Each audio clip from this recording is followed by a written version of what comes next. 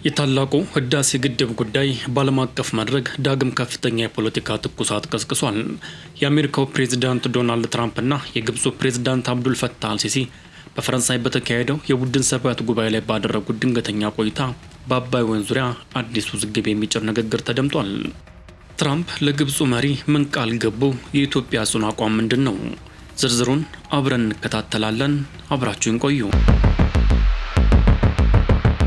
በፈረንሳይ በተጠናቀቀው የዓለማችን በበለጸጉ ሀገራት ስብስብ ወይም የጂ7 ጉባኤ ላይ ከተጋበዙት ጥቂት የአፍሪካ መሪዎች መካከል የግብፁ አልሲሲ አንዱ ነበሩ። በዚህ አጋጣሚ ከፕሬዝዳንት ዶናልድ ትራምፕ ጋር በጋዜጠኞች ፊት የተገናኙት አልሲሲ የአባይ ወንዝ ጉዳይ ለግብፅ ያለውን የህልውና አስፈላጊነት በማንሳት ትራምፕ ጣልቃ እንዲገቡ ጥያቄ አቅርበዋል። ፕሬዝዳንት ትራምፕም ለግብፁ አቻቸው ያላቸውን ጥልቅ አድናቆት በመግለጽ አልሲሲ በመላው ዓለም የተከበረ ሰው እንደሆነና በመካከላቸው ያለው የግል ግንኙነት እጅግ ጠንካራ መሆኑን በመናገር ወገባቸውን በግልጽ አሳይተዋል።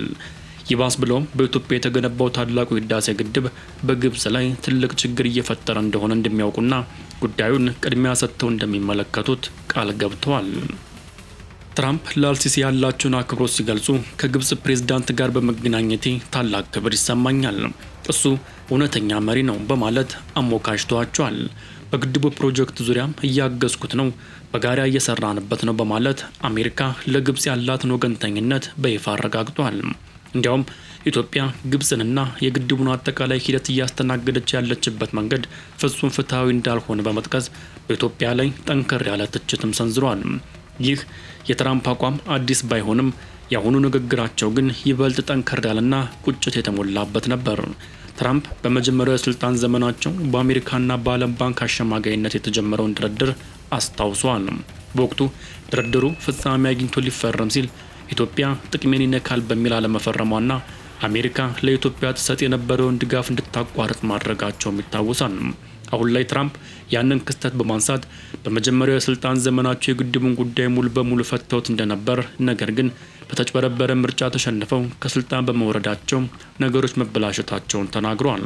አክለውም እስኪ በድጋሚ ነገሩን እናየዋለን፣ ችግሩን እንፈተዋለን ሲሉ ለአልሲሲ ቃል በመግባት ድጋፋቸውን አድሰዋል።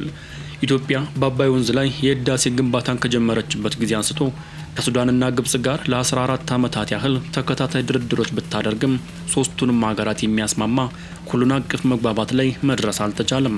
ግብፅ በግድቡ የውሃ ይዘትና አሞላል ላይ ኢትዮጵያ አስገዳጅ ህጋዊ ስምምነት እንድትፈርም የምትወተውት ሲሆን ለዚህም በቅኝ ግዛት ዘመን በ1959 የተፈረመውንና የወንዙን ውሃ ሙሉ በሙሉ ለብቻ የመጠቀም መብት የሚሰጣትን ስምምነት እንደ መከራከሪያ ታቀርባለች።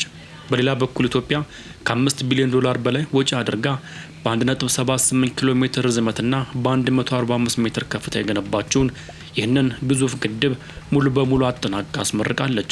በአሁኑ ወቅት ግድቡ ከ5000 ሜጋዋት በላይ ኤሌክትሪክ ኃይል የማመንጨት አቅም አለው። ትራምፕ ዳግም ወደ ስልጣን ከመጡ በኋላ አሜሪካ ለግድቡ ግንባታ የገንዘብ ድጋፍ አድርጋለች የሚል የተሳሳተ ንግግር ቢያደርጉም ኢትዮጵያ ግን ከገዛ ዜጎቿ ሳንቲም ውጪ የማንም የውጭ ሀገር ገንዘብ በግድቡ ላይ እንዳልዋለ በተደጋጋሚ በማስተባበል እውነታውን አሳይታለች። በዓለማችን ረጅሙ በሆነው የአባይ ወንዝ ላይ ከ85 በመቶ በላይ የሚሆነውን ውሃ የምታበረክተው ኢትዮጵያ በተፈጥሮ ሀብቷ በፍትሐዊነትና በምክንያታዊነት የመጠቀም ሙሉ ህጋዊ መብት እንዳላት በጽኑ ትሟገታለች። ግድቡ በታችኞቹ የተፋሰሱ ሀገራት ላይ የሚያመጣው ምንም አይነት ተጨባጭ ጉዳት እንደሌለ የምትገልጸው ኢትዮጵያ የግብፅን የውሃ ደህንነት አደጋ ላይ እንደማትጥል በማረጋገጥ የቅኝ ግዛት ስምምነቶች ጊዜ ያለፈባቸው መሆኑና መለወጥ እንዳለባቸው በቁርጠኝነት እየተናገረች ትገኛለች። የትራምፕ ዳግም ወደ መድረኩ መምጣትና ለግብፅ ያጋድለው አቋማቸው በቀጣይ በታላቁ ህዳሴ ግድብ ዙሪያ ምን አይነት ዲፕሎማሲያዊ ፍጥጫ ሊያስከትል እንደሚችል በጉጉት የሚጠበቅ ይሆናል።